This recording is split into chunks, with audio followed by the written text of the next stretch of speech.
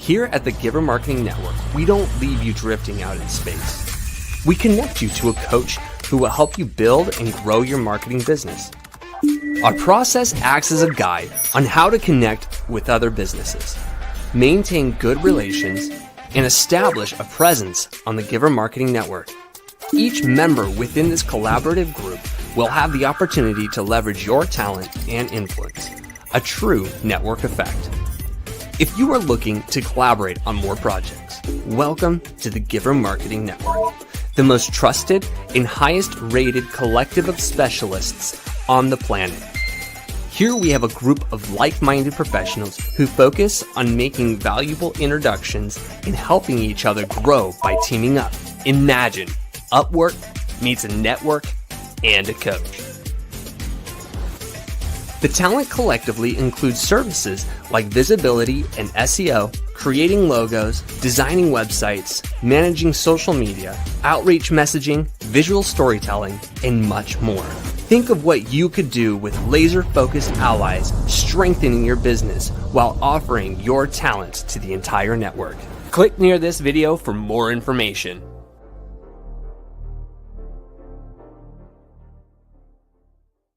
Hello and welcome to another episode of the Tuesday Marketing Broadcast brought to you by Giver Marketing Network. Big shout out to all of our affiliates and people that we're just working with, groups, the Prepared Group, Selling with Dignity, the Entrepreneurs Community. There are so many people that we're out there blasting this out to. If you want us to blast out to your group, let us know. We'll be happy to oblige. We love collaborating. So if you want to collaborate with us, for example, Unicorn Universe, H7, we have all these wonderful people we love to work with. Why? Because we are Giver Marketing Network. We love to collaborate and team up with you. So if that's something that's interested, please let us know. I am Christine Deane. I'm your team director for Giver Marketing Network, but I am so much more. And I'm excited today because we're going to talk about one of my favorite topics, which is presentations, right? So let me go ahead and pull that up and let's dive right into it. Let's talk a little bit about effective slide presentations today. I want to talk a little bit about the do's, the don'ts for maximum impact. And you're thinking, slides, that's so blasé. I mean, no, this is important. These are the basics. One of the things when it comes to marketing is getting good at the basics. A lot of times we want to play with the fancy tools and toys, and we'll talk about that a little bit too. But just the basics of a good presentation. I think there's times that we've lost that. So sometimes it's good to go back, refocus and say, let's get good at the basics. And I would say presentations is one of those spots that we really need to get good at because a bad presentation is really bad.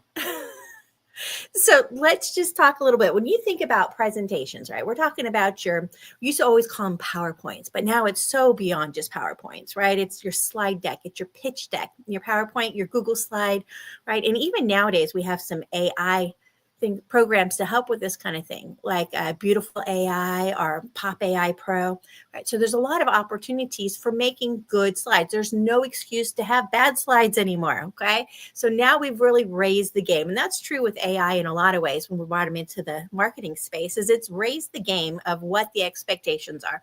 So there's no reason not to have a good presentation. So let me talk to you a little bit more about me, who I am. So Christine Deane, Team Director, Giver Marketing, founder of the Networking Diva. And I'm a former college professor. I taught communications courses, lots of public speaking courses, and directed the speech and debate team. Award-winning myself and my students. So this is one of my favorite topics. When we talk about presentations, you're in my sweet spot right now. Lots and lots of time invested in this with my degrees and then my teaching. So this is like flashbacks for me back from the days when I was teaching college. So we're just going to have a little bit moment of flashback, enjoy it, and come on the ride with me because I've got some insights that you want to hear. So let's talk a little bit about enhancing your slide presentation. I know it doesn't sound nearly as glamorous. It's a little bit techie. And if you're not really techie inclined, don't worry. It's not that difficult, I promise, especially with all the AI tools that we have nowadays, right? There's so many options. But I want us to stop thinking of it like a presentation. I want you to think about it as an opportunity to start connecting with your audience. right? That's a different perspective. Like, I have to give a speech. I know most people don't like public speaking. And the idea just like, oh my goodness, would you rather die or get bit by a snake than get on stage, right? But think of it not, I'm up here on stage, but think of it as this is an opportunity to connect. Okay, so keep that in mind.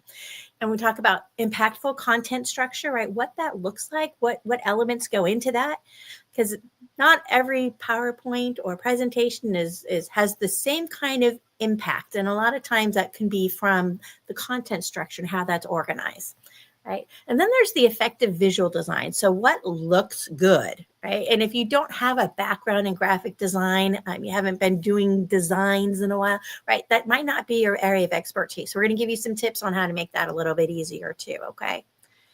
So as we kind of dive into it, I really want to emphasize the importance of connecting with your audience. That's what this is about.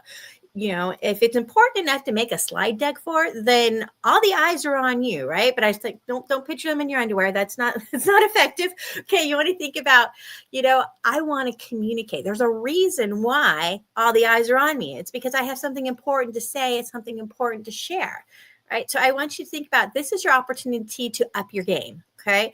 This is your time to shine and make an impact. So when you stop thinking of it as just a speech and you start thinking about it as an opportunity to connect, right, that changes the game, that changes the perspective. And we've all been to presentations where it's death by PowerPoint and you're like, oh my goodness, will this never end, right? It feels like the longest presentation of your life because a lot of times the slide deck's just not right. And then we become obsessing over it, right? Like, oh my goodness, what were they thinking? Right. So start thinking about your presentation as an opportunity to connect with your audience. So that being the case, let's think about if you don't have good slides, and we've all seen them, right? It really has a negative impact on the speaker. Right. So whether that's you or whether you're sitting in the audience watching someone else, right, there's a certain lack of credibility, right? Sloppy, unprofessional slides, right? What's that say about the speaker? Oh, well, maybe they don't really know what they're talking about. Maybe they don't really, they're not really competent. Maybe, right, we start putting doubts in our mind, right? And if that's you, right, when you come to talk to somebody, you don't want anything undermining your credibility, right? So when you come into a situation, you want to be the authority, right? And when you don't have good slide deck that looks professional, right, it's undermining your authority, right? It's hard for people to take you seriously when your slides look like they just got thrown out like, 30 minutes ago. There's typos, there's misspellings, right? All that is undermining your authority. So why would you put something out there for your audience that would make you look bad, right? So just kind of think about, what do I need to do? We think about things like make sure we're dressed nice. We think about make sure your hair is done, make sure you've all that kind of stuff. But we don't think about, no, the slide deck is also a reflection of you. So I want you to kind of keep that in mind. This is an opportunity for you to enhance your overall appearance, right, by having a good slide deck. But it's more than just the speaker, right? What happens is that slide deck has that negative impact on how we see the speaker, but it also has a negative impact on the audience, right? When it's a bad slide, and the presentation is just rough, right? We disengage as an audience. We're like, oh my goodness, right? We mentioned death by PowerPoint, and that's really a painful thing, right? We don't want to think about, oh, I don't want to be here, right? Our mind starts drifting. We get distracted, or we're looking at like, what is that? What does that even mean, right? And we're trying to figure it out. We're confused, or we're just straight up bored because it's so painful to look at a really bad presentation. And we've all sat through them, whether it was in a work situation, a teaching, a school situation. Maybe you were watching a pitch deck and they were trying to talk you into investing in something, and you're like, yeah, no, you guys don't even know how to give a good presentation. You haven't even caught my attention. You expect me to give you money? Really? Right? So it really can have an impact on your audience, right? So you've destroyed your credibility as a speaker, right? The audience really isn't interested. Now, what's that going to say about your message? Right? It really has a negative impact. You could have the best message in the world. You could have this big heart. You could be wanting to give. You could be wanting to help. You could be giving them something free, right? But when the message doesn't come through, when all that negativity is around that, right? So there's a failure to communicate. You can have misunderstandings. Maybe you don't have, the slides aren't clear, and so they're just lost, right? Maybe they're looking at the presentation and they're so put off by it that they're missing the main point behind it, right? They're like, oh, I don't need to listen to this. Oh, I don't need to pay attention to this, right? They're so distracted. They're not focusing on the important stuff, right? And so it's really reducing your impact and your memorability. Instead of them remembering your message, they're remembering how bad your PowerPoint slide was, right? So it's really important to put that best foot forward because it can have a negative impact. So we can see that it's important to enhance the quality of your slide presentation. You know, a well-done slide deck really helps you build that credibility as a speaker. It helps you connect with your audience, right? And it ensures that your message has a greater impact. Who thought, right? But it's important. I know it seems trivial at times and you don't want to spend the time because it takes some time to invest and make a pretty slide deck, right? But it's worth the time and effort. So now that we can see that having an effective slide deck is really a tool to help you connect, right? Let's dive deeper into the actual slides. You're like, okay, Christine, what are you talking about here? Well, we're talking about pretty slides. What are we thinking of? Okay, first off, let's talk about the content structure. Okay, how something is organized is so important. And I know I used to drill this into my students. I told them, you may never really enjoy being on stage. That may not be your sweet spot, and that's okay. You just got to be able to do it well, smile, and go on through and get to the other end of it, right? But the most important thing that you're going to learn is content and structure, right? Getting organized, because when our thoughts aren't organized and we're presenting in a way that doesn't make sense, it's not easy for people to follow, right? That's chaos, right? And if you're kind of muddling along and the audience is kind of trying to follow along, right? At some point you lose them, right? So content and the structure of that and keeping it well organized is so important. So I used to tell my students, if nothing else, even if you never like public speaking, you will learn to be very well organized. And this skill you can apply across all your other classes. You can apply it in business situations, day-to-day life, right? Being well organized is always a good thing, okay? Nothing bad comes out of that. So let's dive in a little deeper into content structure. When I say that, what does that mean?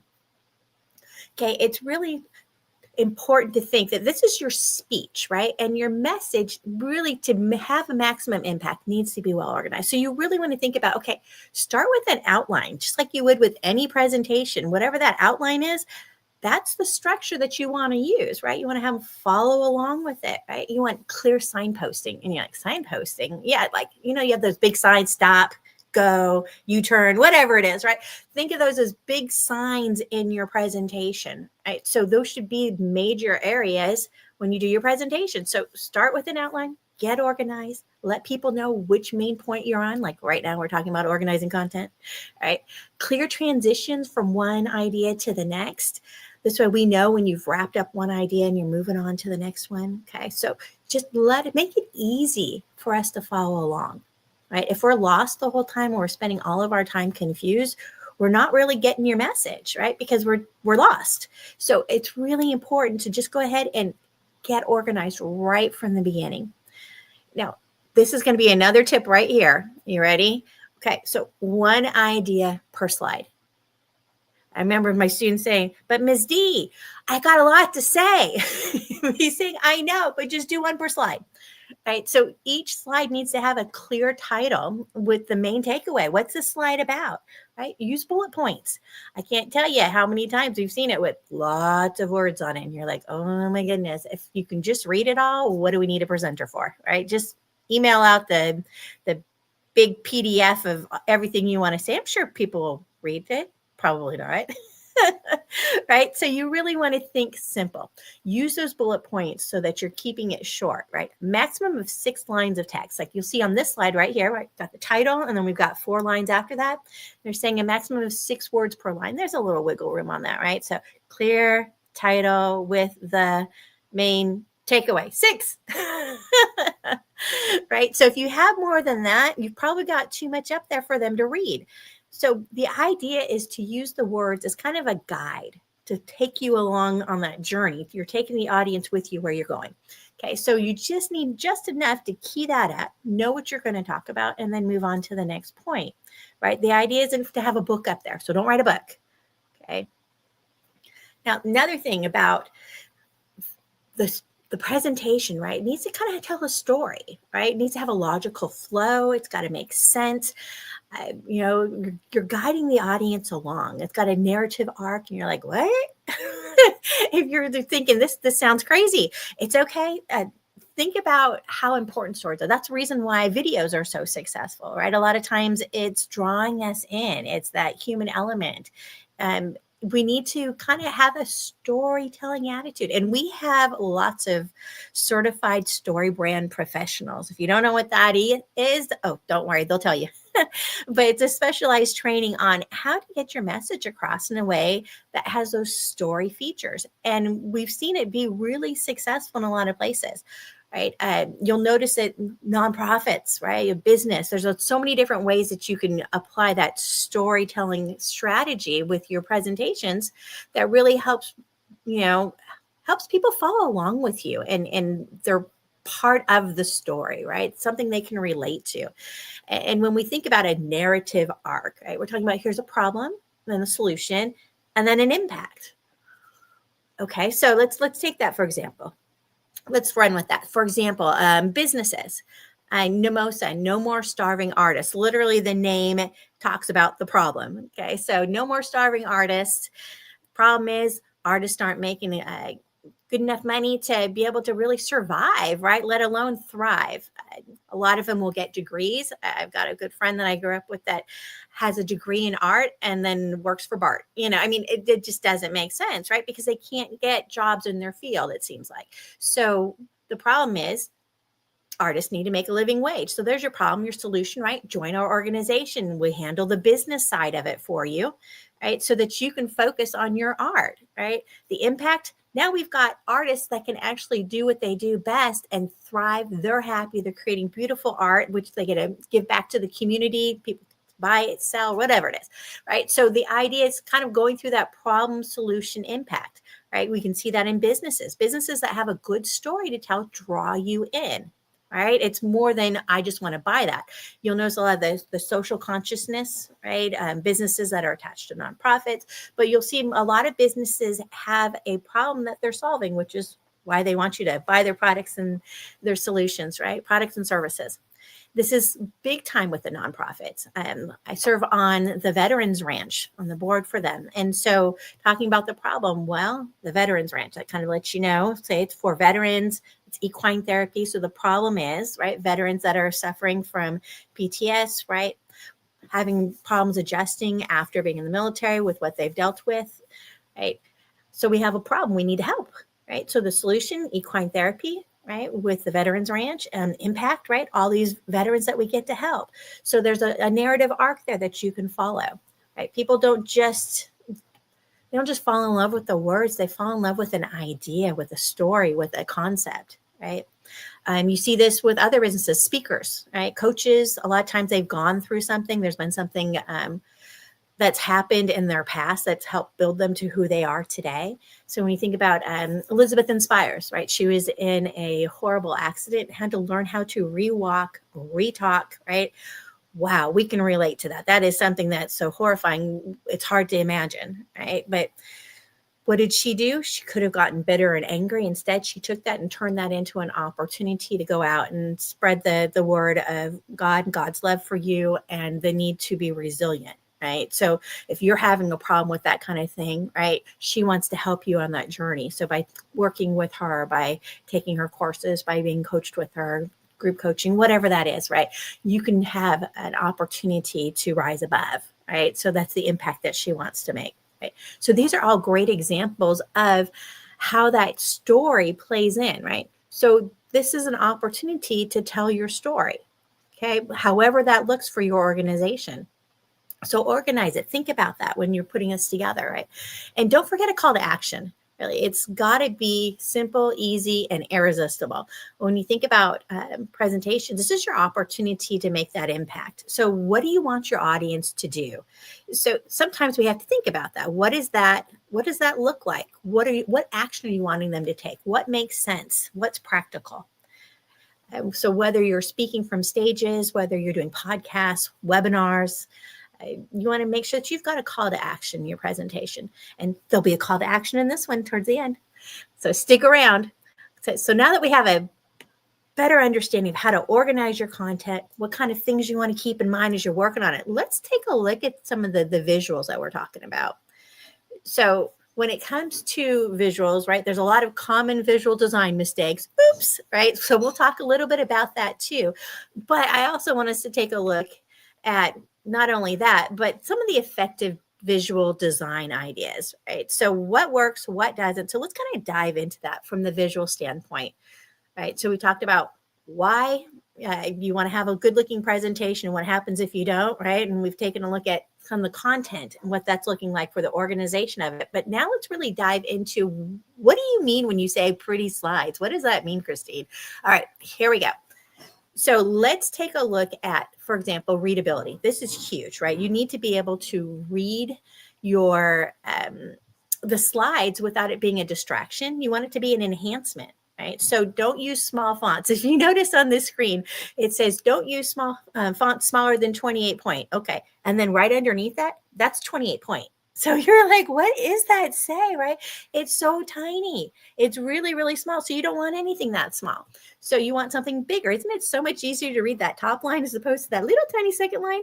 Don't make your audience struggle. Your presentations to be enjoyable, right? If they're having to squint really hard and they can't read it, that doesn't do them any good, right? Another one, don't overuse decorative fonts. Now, I like that font. That's a really pretty font. I use that for some of my fun stuff. But part of it isn't just the decorative fonts. Is it easy to read, right? Is it all in cursive? And they're like, well, it looks pretty, but I have no idea what it says, right? Using fonts that are functional and easy to understand. And keep on brand, right? Whatever your brand is, if your brand's a little bit playful, then you can be a little bit playful.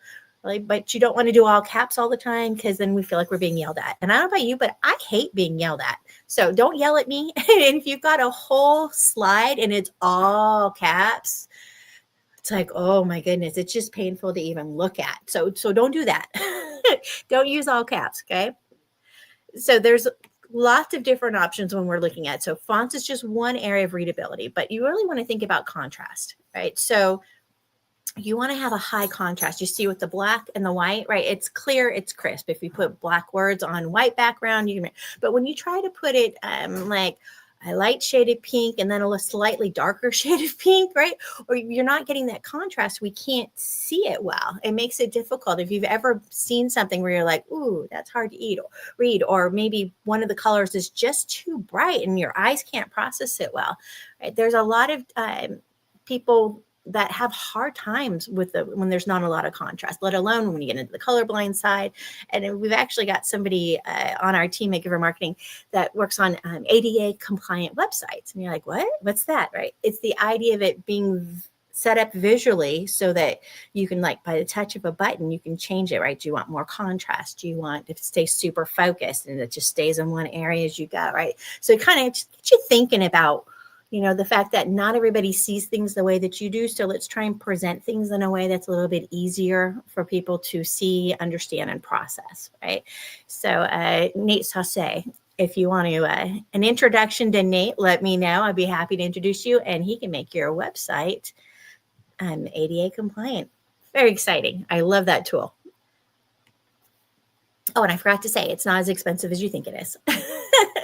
Now, when we get into readability, right, more issues, right, more white space. So you see on the upper left corner there, it's more white space, a little white above, a little below, a little round. It's easy to read, right? And then we look at the one on the bottom right there on the right side, right, less white space. The words are crunched together.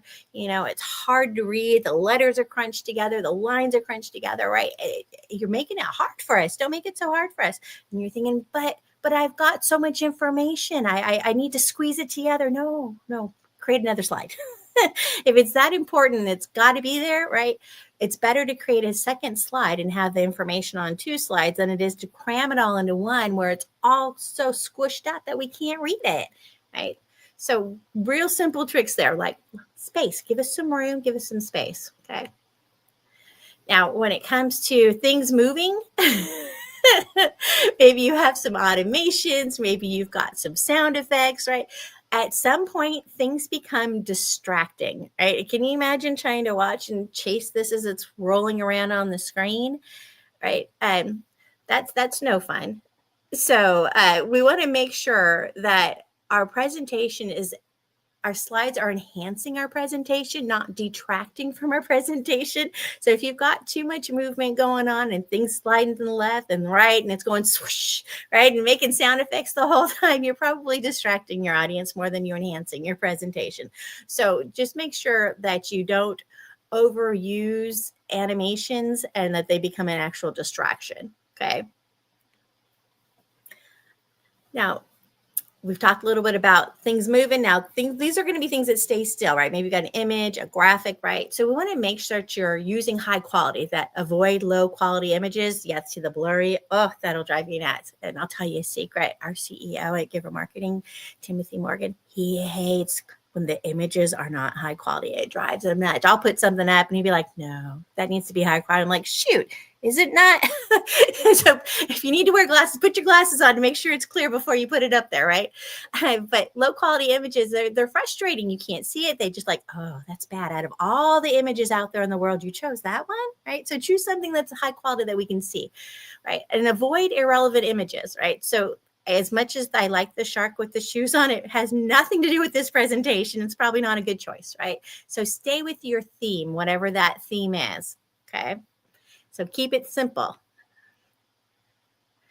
And you want to use those high quality images, something high quality that you see, we look at it and go, oh, right, it enhances the presentation. It's okay to use icons, check marks, circles, special things that go along with it, right? Because long lists get boring really fast, really easy, so don't make them too long, right? Something nice and sharp that supports what you're talking about, right? This way it enhances, doesn't detract. So I really want you to think about when you're putting your presentations together, right? Is it simple and focused, right? Are you using a minimal amount of text? Or do you have clear headlines on every page? These are just real simple in the basics. If your headline is super long, then it's probably more than you want, right? Try and keep that down to, like we said, 5 to 6 words, because when you start doing it too long, it's like, and this, you're probably not focused enough. If the sentence is really long, it's probably because you need to fine tune and focus in more on what your main point is, okay? So keep it simple, clear headlines, let us know what you're talking about, make it easy, right? You want to make sure that you're consistently using the same design formats as you're going through, right? You don't want more than 2 fonts. Make sure your fonts are consistent. A lot of times I'll get invited in to do a rebranding on a slide deck, and I'll look at it and go, ooh, okay, how many different people contributed to this one? And sometimes if it's an organization where you've had multiple people and VAs, that they've all had their own little input on it, and it looks like it, right? You're like, these 3 pages are all in the same style, but then those 3 pages are in a different style, and so are those, right? You get this inconsistency going through, and then it just kind of puzzles people. So make sure that you're staying consistent with the fonts throughout the whole thing. And that's one of the reasons why I like to do a lot of touch-ups and designs in Canva, because it makes it easy where you can say, change this font, apply to all. Yes, please. Right. It makes it a lot faster than trying to go and change it on every page if you don't have to. Or same thing with the colors. Right. So choose your color palette and kind of stay in that zone. Right. Here we've got some blacks and golds. That's and some white. That's kind of my colors for my brand, the Networking Diva. So I'll stay in that color scheme. But whatever your color scheme is, and you can have a little fun with it. If it's if your brand is supposed to be kind of fun and colorful, right, throw in some branding color. But be careful not to do too much, right? You want it to enhance, not detract, right? So if you have a consistent layout style, right, keep that kind of consistent throughout. Doesn't mean every page has to be the same, but you want to have some consistency, right? So double check your presentations beforehand and make sure all that's consistent. And you want to optimize your data. Okay. So whatever you're presenting, if you've got numbers, if you've got charts, right, make sure they make sense. For example, the chart here, we've got 3 different things. If you've got more than 4 different areas in that chart, it's probably not going to work well for that type of chart, right? You got to take a look at, does it make sense? What am I using it for? Is it illustrating what I wanted to use? And you need to be able to explain it, right? So if you're going to use it, explain the details. What's the significance of it? What are we looking at? Don't make us work too hard on trying to understand how the charts work. Okay, so keep it super, super simple. All right, so today we looked a little bit about enhancing your slide presentation, why you want to enhance your slides, right? Because we want to use this as an opportunity to connect with our audience, right? Talked about some impactful content structures that could help make your slides more and your whole presentation more motivational, right? Taking us along on that journey.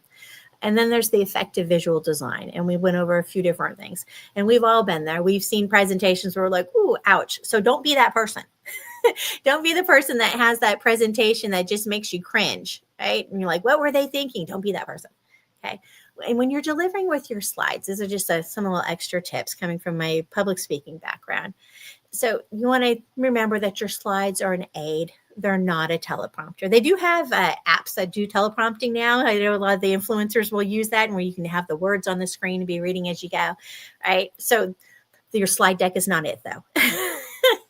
So it's an aid, it's an enhancement, it's helping people follow you along in the journey. It's helping remind them of some of the key ideas that you want them to walk away with, right? But don't put too much text on there, right? Presentations are really about engaging your audience. If you haven't engaged your audience, right, why are you doing it? Practice your timing and your pacing. Are you going too fast? Are you going too slow? Do you need to pause in any spot so that people can think for a moment? Right? You just want to kind of take that all in, right? This is part of the presentation, because ultimately it's not like a PDF ebook or something. This is a presentation. Okay? So remember that. Keep that in mind. Your goal is to connect with the audience. So I'm going to challenge you for your next presentation. Not only do I want you to go back and make sure that everything is consistent, okay? And it takes a while sometimes, those the details, right? Go back and make it consistent. But I'm going to challenge you for your next presentation, cut the text on every slide by 50%. Yeah, I'm going to pause for impact on that one, okay? Cut the text on every slide by 50%. Now I could hear my students go, Ms. D, no. Yes. Chances are you've got too many words. That's probably one of the biggest errors that we see on slide decks. You're thinking, I have so much information. Well, the information is for you to talk about, to share, to tell stories, right? That's the whole point behind the presentation, is you. Otherwise, we would just, send an email. So the reason why they're there is to hear you. So talk, right? Use it as a guide. You don't need to have it all on your screen. If you have a spot for presentation notes, that works too, right? But if you know your content really well, a lot of times you just need an outline to follow, right? So use the slide deck as a way to kind of take you on and your audience on that journey. I know for me, when I was teaching, I teach a 3-hour class, and they'd like, where's your notes, right? I'm like, Post-it note. I literally teach a 3-hour class off a Post-it note with 3 main points on it, because I already knew my material so well. I knew what I wanted to say. I knew what I wanted to share. I'm not saying that all your presentations are going to be like that, but think less is more, right, when it comes to how many words are on your slide. Right? Make it simple, make it easy for us to read. Right? This is your opportunity to shine. So if this is something that you want to have another conversation about, you're like, oh man, that was a lot of detail. Book a consultation with me. Go ahead and scan that QR code or type in the networkingdiva.com/book. And I would love to have a conversation with you about your slides. I have people, oh, how much for a slide deck? Oh, it's so much more. Well, I've got 6 slides. Okay, well, what do you have on them? Right? Do you actually need more slides, or do we need to clean up what you've got? Right? Your presentation really is a reflection of you, right? Who you are. It's showing respect for your audience. Right? Have you created something that's easy for them to follow? Is it something that's motivational? You're giving that presentation for a reason. So you really need to stop and look at it and say, am I achieving my goal? And especially if you're looking for funding, you're looking for investors, you're looking for sponsorship, right? You're asking people for money. What's in it for them? Right? So have you built your deck in a way that really draws them in and makes them want to be part of it? Right. So a lot of times we make decisions based on our gut, on our feelings, on how we feel. And then we look for the logic to back up that initial reaction. right? It's like, okay, ooh, this is something I really want to participate in. Okay, well, let me look at the details now. Well, that holds up. That seems true. That seems reliable. That seems honest. That seems, okay, I don't see any reason to say no. Let me move forward with this, right?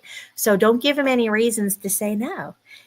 Put your best foot forward. This is your chance. So when you put your presentations together, just keep in mind you want to shine, you want to connect with your audience. And if you want to have that conversation with me, scan that. Let's talk a little bit. And you might be going, man, this is a lot to remember. This isn't really me, right? I don't want to do this. Don't worry. I do slide decks. We have a lot of people on the team that do branding here at Giver Marketing. So we can hook you up with somebody who can take those slide decks wherever they're currently at, or maybe you've just got the outline on a Word document and you want to hand that to us and say, this is what I want to try and do, right? We might have a few questions, kind of make sure we're on brand. We might look for an example. If you've got a brand guide, brand Bible that you want to give us, right? Something to work with, or a sample of something that you like that we've used in the past or that you've seen, right? Something we can help kind of guide you where you want to go, because this is your opportunity to look good and make an impact. So you want to make sure that your slides reflect that. So I am just so happy to be able to share this with you today. This is just one of my favorite things to talk about. Like I said, with my background in teaching and public speaking, this is just one of those sweet areas that I just think are so important. So I just want to invite you, don't stress. This does not need to be a stress thing, right? If you need help, let us know. We're here to help. So I'm Christine Deane, a team director at Giver Marketing, and I love our Tuesday broadcast. If you know a topic that you'd like to hear about and have us train on, let us know. We'd love to do a show on that. And the other thing I want to say is I want to invite you to come to Wednesdays. We do networking for marketers. So if you are a marketer, if you are a PR person, a media person, right? Don't be a lonelypreneur. Come hang out with us. We love meeting other marketers. So come to us on Wednesdays, 8 a.m. Pacific, 10 Central, or 11 Eastern. Go to givermarketing.com/networking. Register once, save the link, and come play with us. So hopefully I'll see you tomorrow. And if not, we'll see you next Tuesday for the next Tuesday marketing broadcast. Thanks, y'all.